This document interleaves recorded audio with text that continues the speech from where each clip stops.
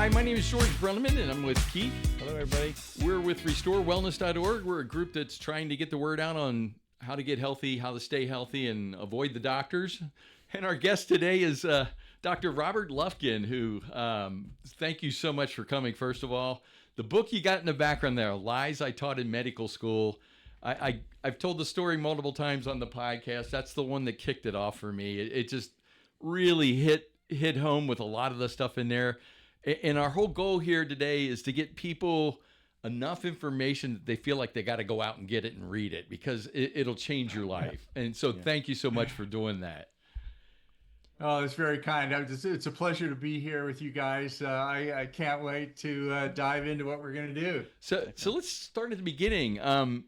I said it kind of changed the way I was looking at things, and that's sort of how you came to write it. You found yourself with all of these conditions that you were told you would never get if you did the right thing. Can you tell the story a little bit about how you got started down this path of, looking at metabolic things instead of the food pyramid? Yeah. My background is I'm a physician. I'm an MD. I've spent basically my entire career at two large medical schools here in Southern California.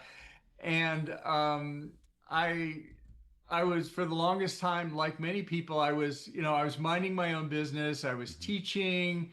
I was, I got to learn as much often from the students I was teaching as that as much as I taught them. I also got to do research. Our lab wrote hundreds of papers.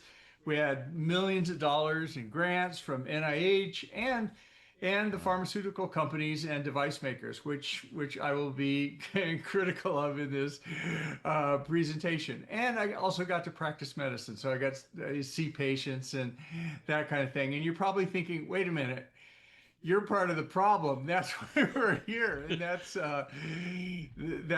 that's true, because coming from the sort of the temples of Western medicine, such as the medical schools are, that is a lot of the problem, as we talk about in the book. And I'm very, very critical of Western medicine. By Western medicine, I don't mean like East or West, but I mean like modern allopathic medicine, and it's all over the world. It's not just in one place, but it's sort of the conventional You got a symptom, take a pill. Yeah. I mean, when I grew up in the 20th century, like those of us who remember that time, Western medicine truly transformed the world. It was magical in the things that it did, largely through public health and infectious disease and those kinds of things. And the pills, the surgeries that were invented were really made the world truly a better place. And hey, don't get me wrong, even today, if I get hit by a car out on the street, I'm going to want a blood transfusion. I'm going to want my ruptured spleen removed. I'm going to want my bones set. Western medicine definitely has a place to play, but the problem is, and this is what the book is about, when we're in the 21st century, we're facing literally a tsunami of what are called chronic diseases. They were present in the 20th century, but in the 21st century, they've magnified now into literally biblical numbers, where they take up to 80% of our healthcare resources. And by that, I'm talking about obesity, high blood pressure, type 2 diabetes, cancer, heart disease, even mental illness. And the problem is, when Western medicine applies the pills and surgery that always used to work to these chronic diseases, they may be life-saving in the short term, but it doesn't get to what we call the root cause. And in most cases, they don't work. And that's really the problem. And I haven't answered your question yet. Well, but not only are the chronic diseases more prevalent now, they're affecting younger and younger people. It used to be, if you had a heart attack, you were 90 years old. Now, post-COVID shot, we've got 17-year-old athletes getting heart attacks and stuff. It's just crazy. Yeah, I mean, the numbers in adults are increasing, and sadly, just a few weeks ago, the Journal of American Medical Association just reported that 1/3 of children in America are now pre-diabetic. And, pre-diabetes is diabetes, and most Americans, most of us adults in America are overweight or obese. Most adults have high blood pressure or are being treated for it, and it goes on and on and on and on like that. But anyway, long story short, what forced me to visit this really was like so many people in the space, I came down with 4 of those diseases suddenly. Wow. And I went to my doctor like any good patient, and they prescribed 4 medicines, 4 pills. And I said, what about lifestyle? And they gave me a couple things, and I said, was that going to work? And they go, no, not really. You're going to be on these pills for the rest of your life, so get used to it. And I had 2 young daughters at the time. They're still fairly young, and I realized that wasn't going to end well. So it forced me to really take a deep dive and consider that. And that's what the book's about, my journey. And I was able, no spoilers, but I was able, with a few lifestyle changes, to really transform my life to the point that I didn't need to take the pills anymore. The diseases were reversed. And now I've literally made it my mission in life to help others take back their health and wellness, and hopefully not make the same mistakes that I made. Well, that we all made. I mean, we were told to, basically. I remember in the 60s when the food pyramid came out, and my mom was like, oh, we got to all start drinking, 2% milk was a brand new thing. And it's almost like every recommendation we got was wrong. And in the early part of your book, after you talk about, how you had to kind of come to grips that you were now one of the statistics, you eventually get to the topic of metabolic health.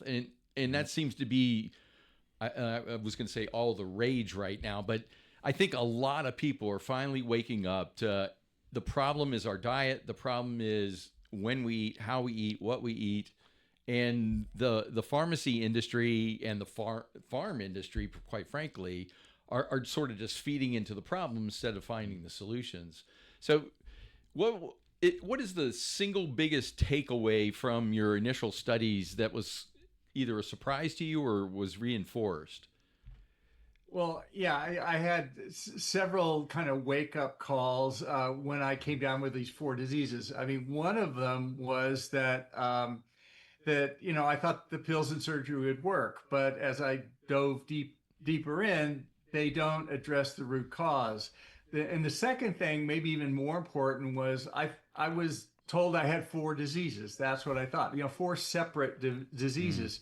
But actually, I just had one, and it was metabolic disease. That there's very strong evidence that this is at the root cause of, most of these chronic diseases I mentioned. It plays a large, if not the most important role in all of them. And that was, that was really transforming to me. And the last thing that, I never thought of it that way before, but, I realized that doctors, that these diseases, they don't come on overnight. It's not like an on and off switch. In other words, these chronic diseases start literally years to decades before most people figure out they have them. And that's because they wait until the doctor diagnoses them.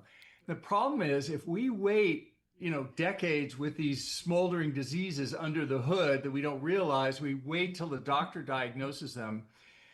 Yeah. It's always worse the longer you wait. And so we miss a tremendous opportunity for prevention or reversing it. And how do we do it?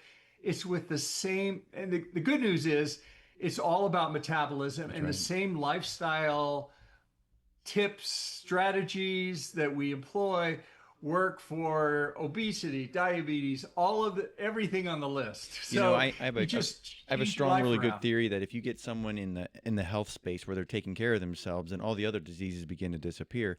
And I understand, your background is radiology, and a lot of medical people know what radiologists do, but the outlier people, I'm not quite for sure. And in your situation, you sat in a dark room for long periods of time, and that wasn't necessarily. We all sit in society today, and I think that's what's wrong with part of our metabolism. is that we're sitting, so our metabolism isn't getting charged up. And if you start looking back at things and say, well, let's reverse that piece, let's reverse the sedentary parts of our life, and let's charge that metabolism, and then the metabolic diseases begin to fix themselves. Well, and one of the things you mentioned was, when you went to your doctor, it was 4 separate diseases treated with 4 separate pills. But what we now know, and many more people are coming to understand, it's one root cause. You're eating the wrong stuff. Keith, you always used to think if you put bad fuel in a race car, it's not going to drive. Right, exactly. Or if your oxygen is not coming in, aka exercise, it's going to putter out too.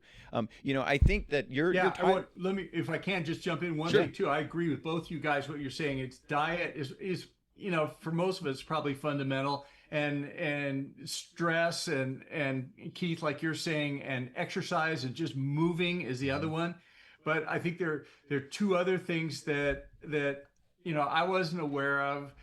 But if we miss them, even if we fix our diet and we fix our exercise, if we don't fix these other 2 things, we'll still go off the rails. And that was, one thing you talked about, moving around as a radiologist, sitting in a dark room, that's very unhealthy. Yeah. The other thing I did for my career is I carried around a pager, and I was on call frequently 24/7. So, I get called in the middle of the night all the time. I was up and down, and, I thought that made me tough, and that I was helping my patients, and I was, sacrificing for them.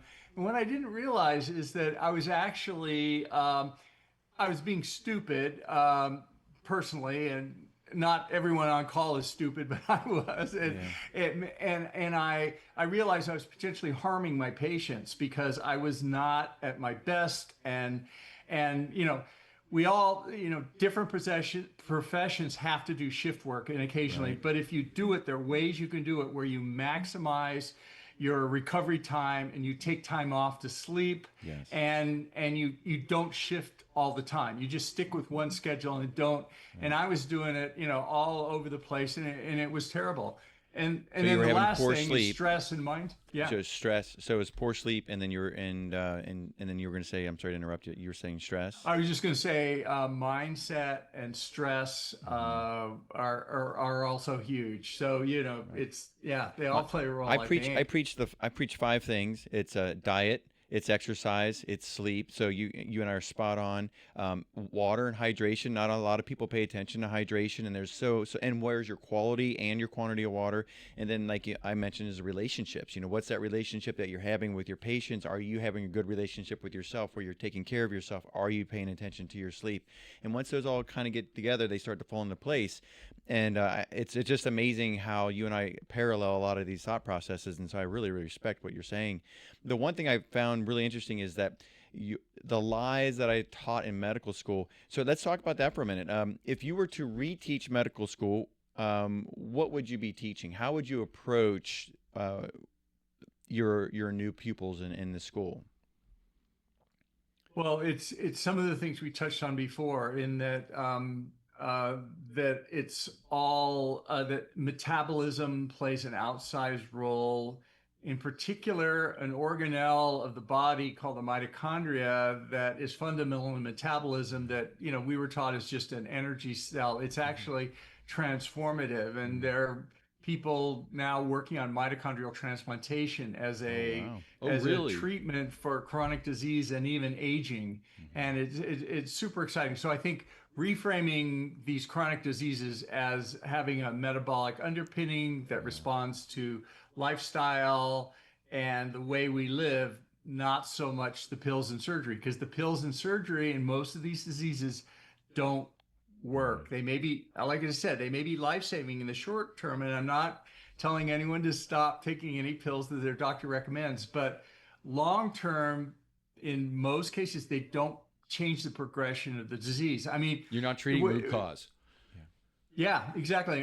One other wake-up call I have, and I think it's a whole change in society and change the way medicine works, is that, hey, even though I'm a doctor, as a patient, I realize that doctors they don't really make me healthy, right? Doctors are too busy just making us less sick. In other words, doctors deal with sickness, and that's the way our health system is. And there's enough sickness to keep doctors busy forever. But the problem is, if I want to be healthy, a doctor's not going to do it for me. They may make me less sick, but if I want to be healthy, truly healthy, it's about me, and I get to make choices about my lifestyle. When I sleep, when I wake up, when I go to the gym, when I, all those things. Now, I've experienced a lot of residents in my time, many residents, and the hazing that kind of goes on with these residents, fourth year versus third year versus second year and first year, and also not necessarily the attendings. The attendings are usually pretty mellow, but I find that I sometimes question if the hazing mentality in this residency program creates a sense of pride and the ability to defend your stance, and therefore not look outside another opinion, therefore to be humble and to say, hey, maybe we should be looking at the way we're being taught or the way we're addressing these particular issues differently. Maybe I do need to question this instead of saying, no, I don't want to be wrong. I don't want being yelled at for being wrong. This is my answer and I'm sticking to it, kind of case scenario. What are your thoughts around when we're developing doctors in the future, the way that doctors need to approach their patients, and are they willing to be able to even listen to their patients enough to get the information that they need to say, hey, I think I know what's going on with you because I listened to you long enough. And okay, so what are your thoughts about that?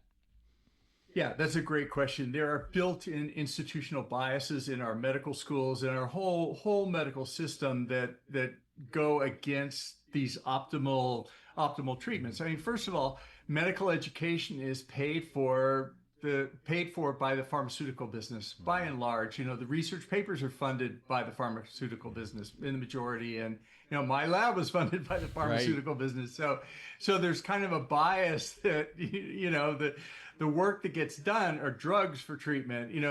It's much harder to fund a lifestyle program to do it. And it's hard to make money off of it, apparently.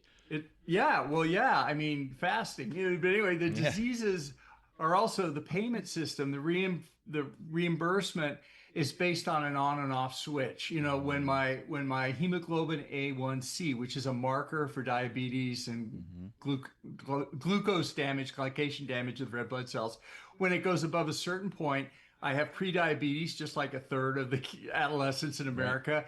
And then when it goes past another point, I have full-on type 2 diabetes. And then certain things happen.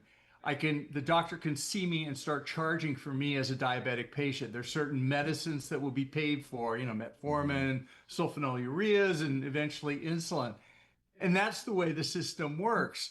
There's in most situations, there's not a payment for the person who's on their way to diabetes and they're coming in there. But let me pull the blame back a little bit. The blame is not just on the medical system, and my heart of hearts, I believe that people are basically good. Nobody gets up wanting to harm someone else, but the incentives, conscious and unconscious, perverse, sometimes financial incentives, drive this whole thing. But some of it's on the patient too. Yeah.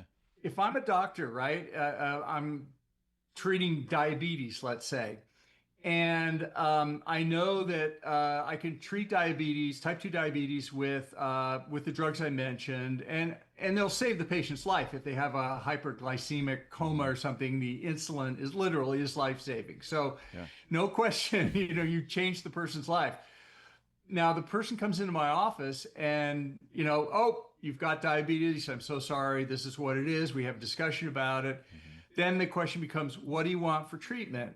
And, I can either offer them a pill, start them on metformin or something. And that takes 5 minutes to do, right? It takes 5 minutes to write that prescription. 5 minutes to do, exactly. Right. Or I can give them a long lecture about their lifestyle and, eating habits and different things like that. And, I know as a patient, I'm basically lazy. I would rather go into the doctor's office and have a pill for the disease or even a surgery. First of all, a pill doesn't require me to change my life at all, except for, a few seconds in the morning when I take it.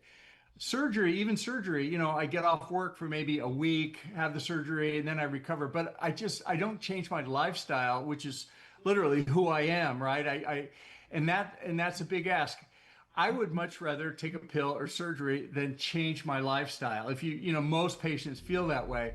But the problem is they're not presented with the full story. Right. For the diabetes patient, you'd say, I can give you these pills and surgery, but type 2 diabetes is a chronic progressive disease. What does that mean? That you will likely, you know, that you'll go on to these things. What's the number one cause of surgical amputations in America? It's type 2 diabetes. What's the number one cause of renal failure and dialysis? It's type 2 diabetes. What's the number one cause of blindness, retinal blindness? It's type 2 diabetes. And it will significantly increase your risk for heart attack, stroke, cancer, even mental illness, and Alzheimer's disease, of course, is called type 3 diabetes, you know. So, so I'll give you the pill, but it's basically, you still have those things to look forward to as you go down the line. Or I can have you stop carbohydrates, and diabetes largely is carbohydrate toxicity, as well as the other lifestyle things too. I like that term, carbohydrate toxicity. That's nice. I was just going to say, I think they need to rename type 2. The two biggest lies that you talk about in the book are type 2 diabetes being treated by insulin, because your body's already saying, I've got plenty of insulin. I just totally resistant to it anymore because you're feeding me too many carbs. So, and you don't have any muscles. Right. And so type 2 diabetes is by far the biggest lie that I got out of your book. The second biggest, right behind it, is the big lie around cholesterol. And I experienced that as well. You know, I had a high cholesterol. They stick you on statins, and within 2 months, I couldn't walk. I mean, I was in such pain, every bone of my body. And then, as you detail in the book, you know, it's not even lowering the cholesterol that matters. You know, the high density LDL. It's getting basically lowering a number they can measure in a way they can treat, as opposed to fixing the problem in the first place, which is, hey, you're eating too much carbs and too much high fructose corn syrup. Yeah, and this is an area where there's tremendous discussion and controversy even to this day. Largely the cardiology community, you know, believes that LDL cholesterol and its subtypes drive heart disease, and statins is one of the few interventions they can do that does anything for heart disease, you know, other than lifestyle, which will reverse it. But the statins, you know, as you say, many people have many complications from statins, which are minimized in the scientific literature. It's even been associated with type 2 diabetes, increasing insulin resistance.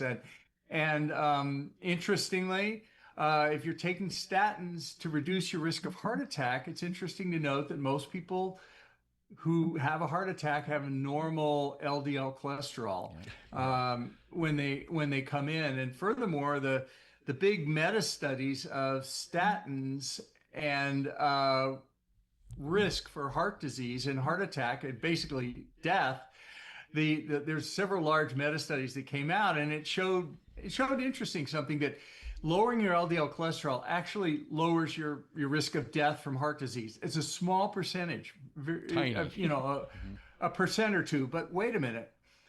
Heart disease is the number one cause of death that you and I and most of our listeners are going to die from statistically. So I'll take a 1% risk, but it's complicated, because when those same studies looked at what's called all-cause mortality, in other words, death from all reasons, a really weird, disturbing thing happened. Is the people who were on statins actually had a little bit higher mortality rate from other things, so that their overall all-cause mortality wasn't different than the people who were on statins. Well, wait a minute, what does that mean? They had fewer heart attacks, so what gives? Well, they died of other things. What did they die of?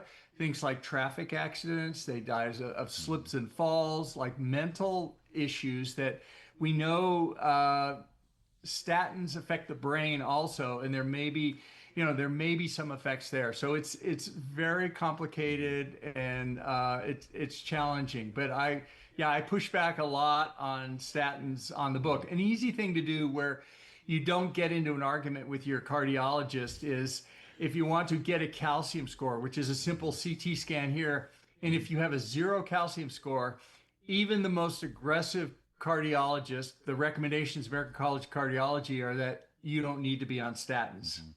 Right. And I have a lot of patients too that get a 0 score and the doctors want to put them on statins. I'm like, hey, I promise you, let's just relax on that. You know, another one of the controversial things that looks like the red light is off on that. The where I see my patients who I put them on keto or carnivore diets and they lose weight and they're doing great and they're fantastic and they're back to exercising because I teach, you know, that the more muscle you have, the less insulin resistant you are. So let's go work out. Let's do resistance training. Let's do all those fundamental great things. Is that we do lipids and then their cholesterols come up and they're like, are we going in the right direction with this? And I'm saying, hold on, let's look at your HDL, let's look at your triglycerides. The total cholesterol bumps up 20, 30 points. The LDL does the same, but yet their ratios still stay good or better or improved. And it's really teaching people about the ratios and understanding cholesterol from that standpoint too. Yeah, that's a great point. And for any disease, it's possible to calculate your risk or what's called hazard ratios. And I talk about this in the book, is that elevated LDL cholesterol is a risk factor for heart disease, a very small percentage on there. What are the bigger risk factors? Like orders of magnitude more, things like you mentioned, HDL cholesterol, triglycerides, which are markers of metabolic disease. Smoking is a much bigger risk factor. Diabetes is a much bigger risk factor. So all these metabolic things are much bigger risk factors than LDL cholesterol for heart disease and heart attack. Well, what does that mean? I mean, I was taught growing up, my mom was a dietitian, that, you know, if I eat a piece of meat with fat on it, that's going to increase my risk for heart disease. But now we know that I'm more likely to increase my risk of heart disease from eating a jelly donut, which is full of sugar, carbohydrates, seed oils, and other things that drive insulin resistance and metabolic dysfunction, than I am from meat, which is actually very healthy now. And, you know, people are coming around to that. You know, people used to be afraid of eggs, you know, and now even the cardiologists acknowledge that dietary cholesterol has little or no impact on serum cholesterol. You know, whether serum cholesterol matters is a whole nother discussion, but at least dietary cholesterol, you can eat whatever you want on, all the shellfish, all the, you know, eggs. Bacon actually, and eggs are one of eggs are one of the healthiest things you can eat. It's nature's Ozempic, you know. Yeah. Nature's Ozempic. Speaking of Ozempic, obviously that's always a hot topic. People coming to me and asking about Ozempic and what it does for these people and their insulin resistance. And, you know, some people don't know this, but once you're done with Ozempic, your weight comes right back and the protein wasting that can happen at the same time. But then you also have people that have truly metabolic dysfunction that you got to get them out of that window. Just much like you said, you know, yeah, we can save your life by bringing these numbers in alignment, but then what are you going to do with that? So what's your conversation that you have with your patients around Ozempic? Yeah, Ozempic's a great thing. GLP-1 agonists in general, which are including Ozempic, Mounjaro, and, you know, several other names like that. It's almost a litmus point for, for doctors in the low carb space. Everybody agrees, oh yeah, no sugar, no carbs, you know, maybe seed oils, get rid of those. But Ozempic or pills, they're going, no, that's from big pharma. That's just as bad. But I actually have a slightly different view on that. I totally agree, you know, with what you're saying, Keith, that, you know, if all you do is take Ozempic, you're going to lose muscle mass and it's not going to be good, especially when you stop it, you'll lose the weight again. So, but I think Ozempic is different than, you know, almost any other pharmaceutical because it has interesting effects. It affects not only, you know, gastric emptying and filling, kind of a mechanical effect on the GI tract. But what's even more interesting are the central effects. In other words, half the people who take Ozempic spontaneously cut back on their alcohol consumption. They also notice things like their addictions, whether it's shopping, porn, gambling, whatever it is. Wow. These addictions drop back. And it's something, you know, it's still early on this, poorly understood. People feel it's something to do with the dopamine, you know, reward circuits in the brain, and the GLP-1 slightly tweak these. So when you're on them, sure, the food noise, as they say, goes away. So you're not eating, but even even people who eat it tend to eat healthier. It's the sugar that doesn't appeal to them and the carbs, and they find themselves, hey, that salad looks pretty good, and and the other stuff doesn't. But so there's all sorts of interesting things going on with it. Plus now we're seeing, GLP-1 started off as a type 2 diabetes drug, right? That was the prime indication. And then they figured out it's weight loss. Well, guess what? Now they figure out it's FDA approved for sleep apnea. Guess what's coming? Heart disease, Alzheimer's disease, all these other things are coming down the pipeline. I see GLP-1s as a guide to metabolic health, because people who are on it can transition into eating metabolically healthy. And to your point, Keith, a lot of people, sadly, I mean, I'm in LA, I know about Ozempic from here. Right. A lot of people, they eat a lot of food, and it's largely junk food, and they're overweight, right? So they take Ozempic, don't do anything else. They just take Ozempic and they eat less, right?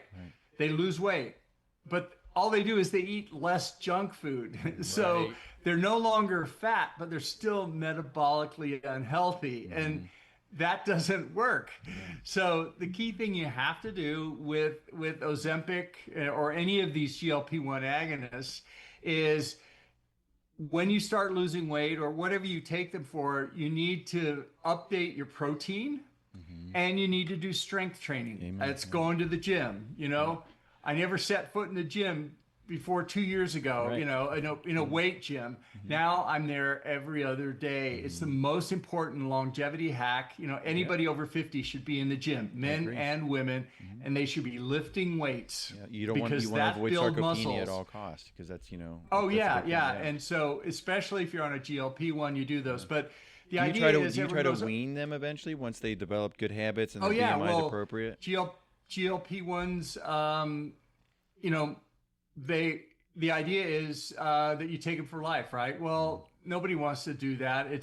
So what people do is, if you shift your diet to a healthy lifestyle, and change your diet, your exercise, keep your protein up, go into the gym, then you can wean off it, and you're a different person. You're not eating the junk food, either large amounts or small amounts. You're eating healthy. You have a healthy lifestyle. You don't need Ozempic. Well, because you've naturally done the things that you could have done in the first place. It's just that you needed that GLP-1 to kind of kickstart you into the right direction. But if you had gone to the gym right away and started eating, better, eat your high proteins, healthy fats, which at this point, as long as it's not a seed oil, I consider it a healthy fat anymore. But I mean, the whole idea is, if you're the kind of person that can't start until you see something or had an effect, maybe it's good for that.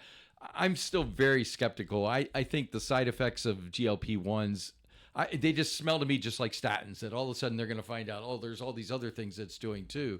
I hadn't heard the addiction side effect of that. That's almost very interesting. Like a Narcan kind of benefit. So like a Narcan for your internals. Right. And they've been around, to your point, George, certainly, anything's possible. We always have to be careful.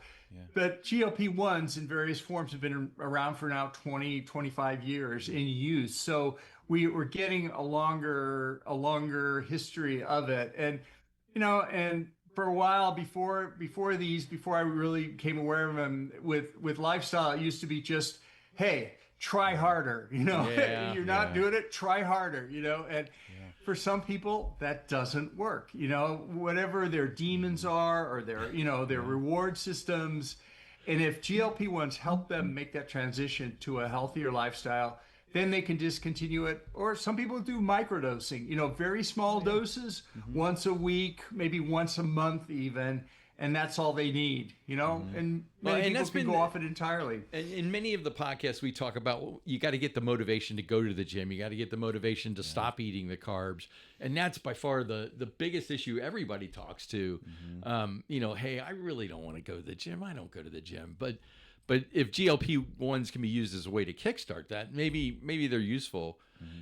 Now, there's a lot of peptides that are coming out too that are claiming GLP-1 effects versus just the standard GLP-1 inhibitor that we see today. And I'm interested to see about what peptides are going to be doing for this space. There's a lot of supplements. A lot of these supplement companies are trying to come out and market some type of GLP-1 activities with the insanitol, if I'm saying that right, and the other type of glycemic resistant improvement drugs or supplements. As we get to the end, there's a lot of stuff happening in the political area, and we try really hard to not get into politics, but it's hard. It's hard to not mention, hey, where did the USDA get this damn pyramid that's destroying everybody? Do you see much hope in what's happening there? Are there some good things happening? Do we have a reason to think that maybe we're going to have less corn subsidies and therefore less high fructose corn syrup? I mean, what kinds of things could we be pushing in the political arena for that? Yeah, I mean, I'm optimistic, and like you, I'm not political. My brand is not political. I love my Republican friends and I love my Democrat friends. I just wish they could work together more. Yeah, right. But one thing is just eye-opening to me is the first time in my memory I'm now hearing and seeing on a national stage, politicians from whatever party, but talking about metabolic health, seed oils. They even mentioned mitochondrial transplantation. So it's in the They're public talking about it awareness now. Yeah, and hopefully it's not going to be a Maha Republican issue, and it's not going to be a Democrat issue either. It should be something that we all get behind. And yeah, the stuff you mentioned, junk food subsidies. Junk food's cheap because they're subsidized. Get rid of advertisements for prescription drugs. It's only one other country in the world, New Zealand, that allows it because it's so corrupting to the media. The media is paid for by pharmaceuticals, so they never say anything bad about pharmaceuticals. So your advertisements paid for by pharma. The test results are paid for by pharma, and oh golly, they're getting rich. I mean, what a surprise! Yeah, I mean that's all very good points. Yeah.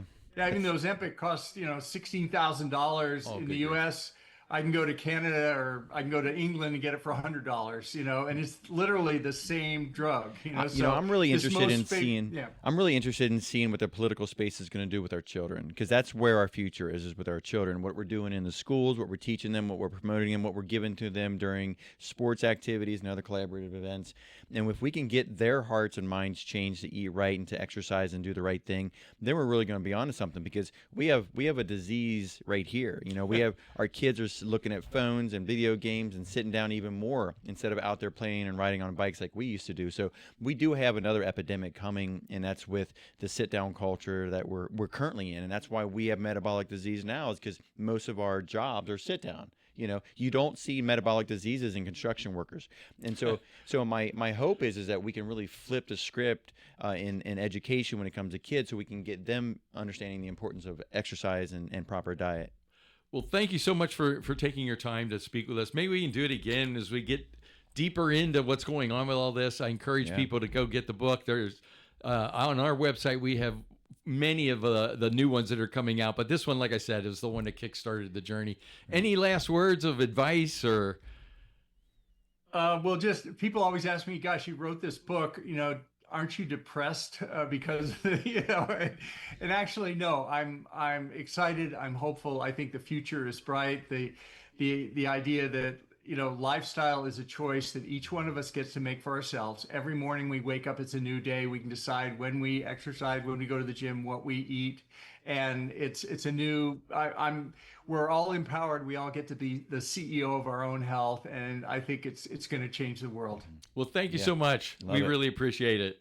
Yeah, I appreciate your energy. Very, very good. Thank you for changing the lives of your patients and the people that are listening to you. I'm sure that, it's countless people that you're improving their quality of life just by being present and speaking the truth. And then just know that that's going to go down in good karma history for you. So thank you very much for all your work. Thank you. Great. Thanks, George. Thanks, Keith. I appreciate it. Thank you for listening to this RestoreWellness.org podcast. If you would like to learn more about Dr. Lufkin and his book, you can go to his webpage, www.robertlufkinmd.com. We also encourage you to get his latest insights and comments on X @RobertLufkinMD. You can learn more about Restore Wellness on the web at restorewellness.org and on X at restorewellorg. Thank you for listening, and best of luck in your personal quest for wellness.